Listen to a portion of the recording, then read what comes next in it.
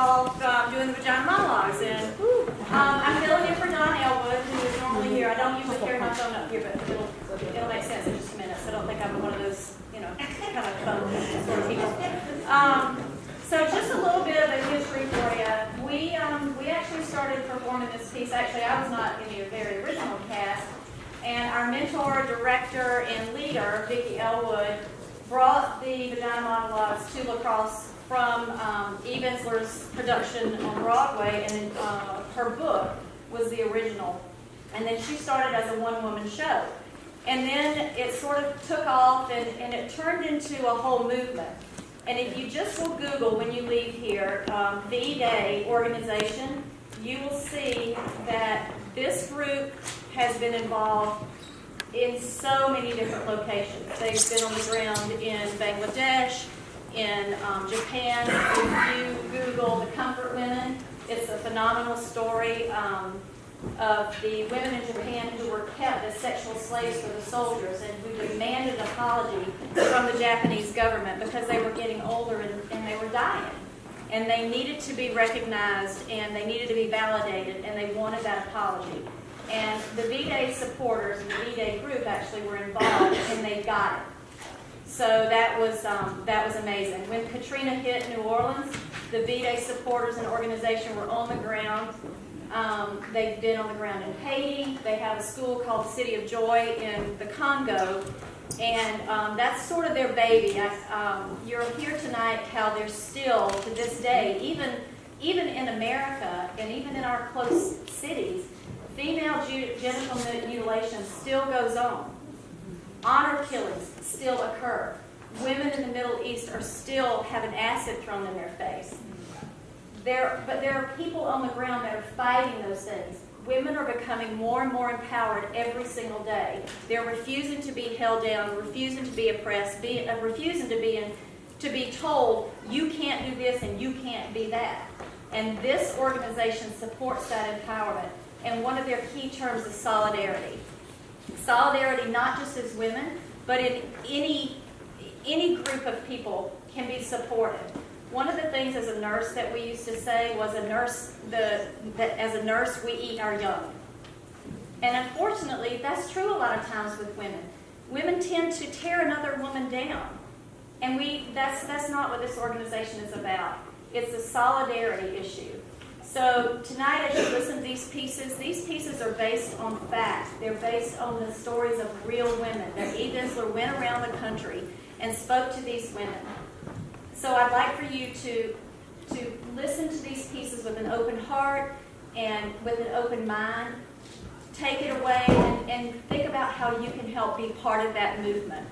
One of the things that I wanted to share, and the reason that I have the phone, because I didn't have time to write it down, I probably apologize for that, is that there are 10 principles, the guiding principles for the City of Joy in the Congo.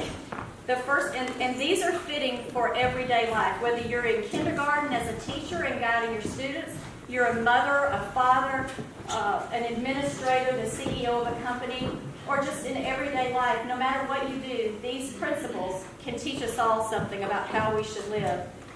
Number 1 is to tell the truth. Number 2, stop waiting to be rescued. Take initiative. Number 3, know your rights. Number 4, raise your voice. Number 5, share what you've learned. 6, give what you want the most. 7, feel and tell the truth about what you've been through. Think about that for a second. Feel and tell the truth about what you've been through. And do it in hopes that there's no shame. 8, use it to fuel a revolution. 9, practice kindness. And 10, treat your sister's life as if it were your own.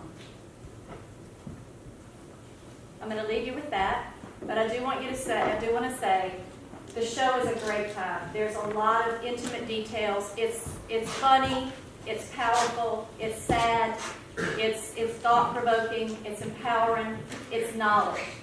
We want you to have a good time. We want you to be involved. If you want to clap, if you want to stand up, if you want to laugh, if you want to holler back, we're here. We're happy to have that.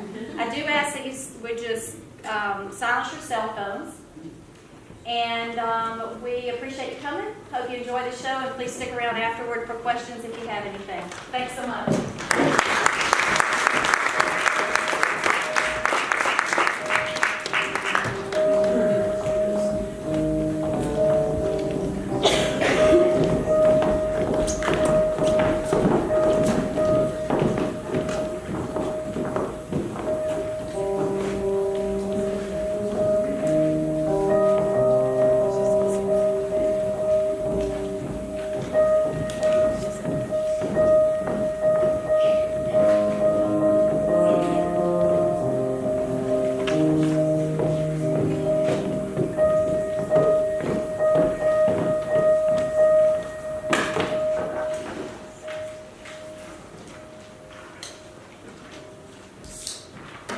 I bet you're worried.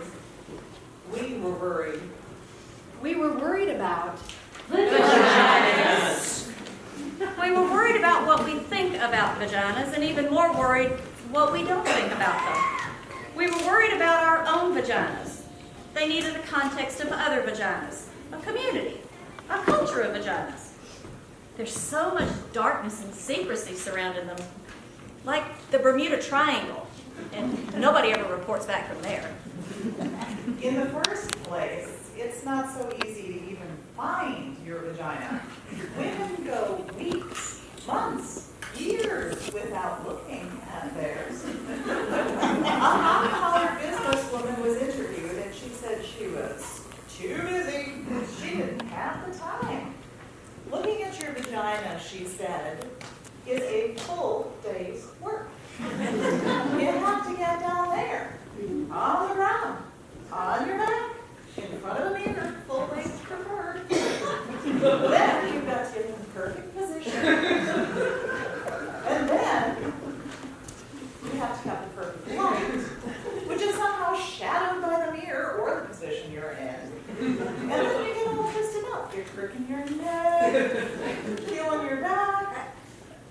You're exhausted by then. She said she didn't have time for that. She was too busy. So there were vagina interviews, which became the vagina monologues. Over 200 women were interviewed. These were older women and younger women. They were married women, lesbians, single women, college professors, and actors. They were professionals and sex workers, African American women, Asian American women, Hispanic women, and Native American women, Caucasian women, and Jewish women too. Okay, at first, women were a little reluctant to talk about this. But once they got going, you couldn't stop them.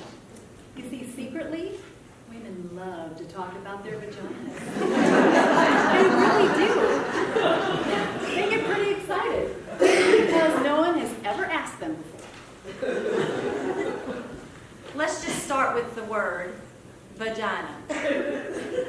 It sounds like an infection at best. Maybe a medical instrument. Hurry, nurse, bring me the vagina. Vagina, vagina. Doesn't matter how many times you say it, it never sounds like a word you want to say.